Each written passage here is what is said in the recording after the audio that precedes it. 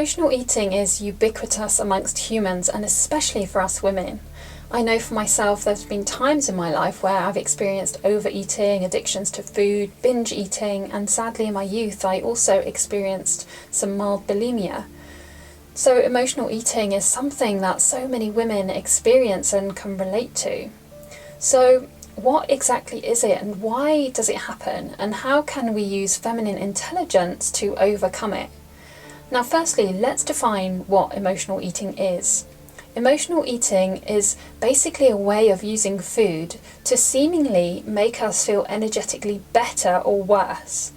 Now I would define emotional eating as a way of eating beyond our physical needs that changes our state and impacts our thoughts, our feelings and emotions. So why does it happen? There can be many reasons why we engage in emotional eating. We may eat from a place of wanting to celebrate or reward ourselves, or maybe it's because we feel stressed or tired or bored. Perhaps we may choose to eat a certain quantity or quality of food as a form of punishment, or even as a form of relief or comfort. Or maybe there's a certain feeling, thought or emotion that we want to feel or avoid. And so food acts as this powerful tool that ultimately changes our state and moves us either away from or towards a certain feeling or a certain energy. At the root of it is that there's some kind of energy that's in the body that we either want to avoid, or there's an energetic state that we want to create. Now let's take a look at emotions for a moment. An emotion is simply energy in motion, and this then leads to different sensations or feelings in the body. Some of those feelings we may have labelled as good, and therefore it's something that we want to move towards, or some of those feelings we may have labelled as bad and something that we want less of. So in essence we use food to either give us pleasure or pain, or we use it to avoid pleasure or avoid pain. But why? We live in a world where most people are so hell-bent on avoiding feeling pain. Pain it's become somehow so labelled as bad and wrong, and something that we should do everything that we can to either avoid it or shut it down or turn it off. So just think about it. How many times do you see someone doing everything that they can to stop someone else or themselves from feeling the pain, whether it's like stop crying or stop expressing your emotional pain? Or how many times have you done or said something purely to avoid yourself or someone else feeling any kind of emotional discomfort or pain? Now, our patriarchal conditioning has brainwashed us into thinking that we should only experience the good and the light in life, and that it's all about the hero's journey of climbing higher and higher and becoming happier and happier or richer and richer. And that somehow pain is wrong or bad, and that it should be avoided at all costs. We've been conditioned to buy into a pleasure and a success that is all about getting to the top of the summit. And so we can use food to kind of fuel this hero's journey. We want to celebrate our feeling good, and we want to use food as a way of feeding our success.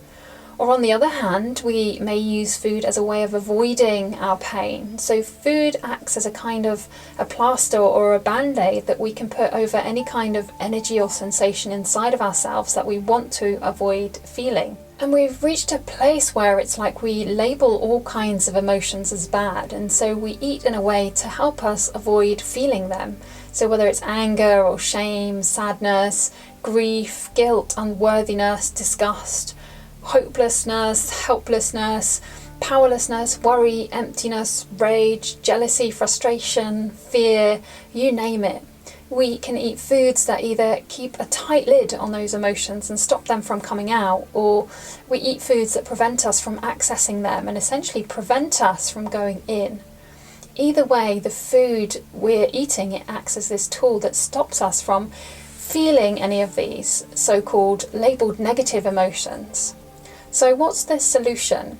How do we treat and heal our emotional eating, which keeps us in this constant negative, self-sabotaging cycle that often leads us to feeling more of our pain than it does pleasure? Now the answer, I believe, is in the feminine. We live in an era where the feminine has been forgotten. We are only waking up to remembering her and all of her gifts at this time. But essentially, we've forgotten the heroine's journey, which is not always about reaching the greatest heights and getting to the top and experiencing the light.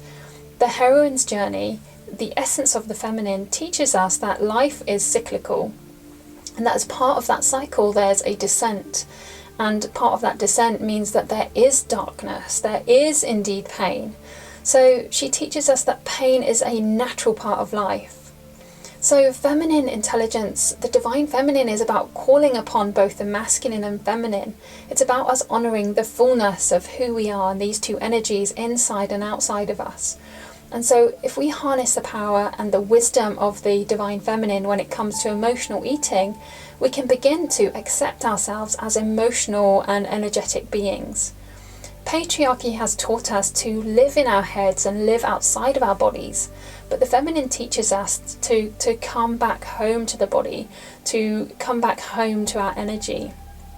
And the feminine can really help us to remove the labels that we've given to certain emotions, the labels that stop us from feeling them and therefore prevent us from really feeling and being the fullness of who we are. Because really no emotion is good or bad or right or wrong, it just is. And what if we can accept this? And then we can move to a place of welcoming all parts of ourselves and all of the different sensations, emotions and feelings that we experience. We can start to welcome our pain with open arms and really see it as a messenger for us. A messenger that if we dare to acknowledge and listen to it, then we can extract the medicine that it has for us, because ultimately our pain is a messenger that if we dare to acknowledge and listen to it, then we can extract the medicine that there is for us, because ultimately our pain is a messenger that can help us in our own evolution and awakening. So the feminine can teach us how to descend and how to access those places inside of ourselves that we've shut ourselves off from. She can help us to see that it is in the shutting off of these different parts, places and emotions inside of us that we also trap our vital life force, and so that all the different shades and shadows and colours of ourselves get hidden or dimmed. The feminine can show us that it's through the darkness that we can allow more light in. Just as Leonard Cohen says in one of his songs, the crack is where the light gets in. So what if your emotional eating was simply a way of your body, your energy, your soul wanting your attention, wanting you to pay attention because there's a special message or messages that are waiting for you? What if your emotional eating, rather than it being something that you've labelled as wrong or bad, was something so good and so right because it was leading you back to the fullness of who you are?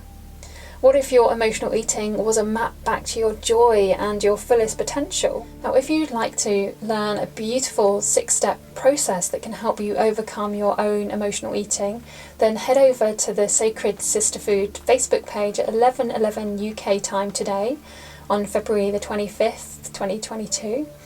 I'll be leading you through a powerful ritual live, or you can access the recording and watch it at a later date.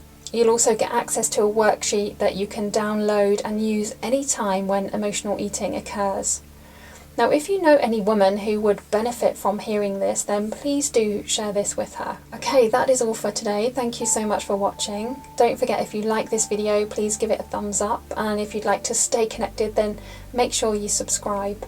I'll be back on Friday next week for the next episode of Food and Feminine Weekly. And until then, may you be the woman that you were always meant to be.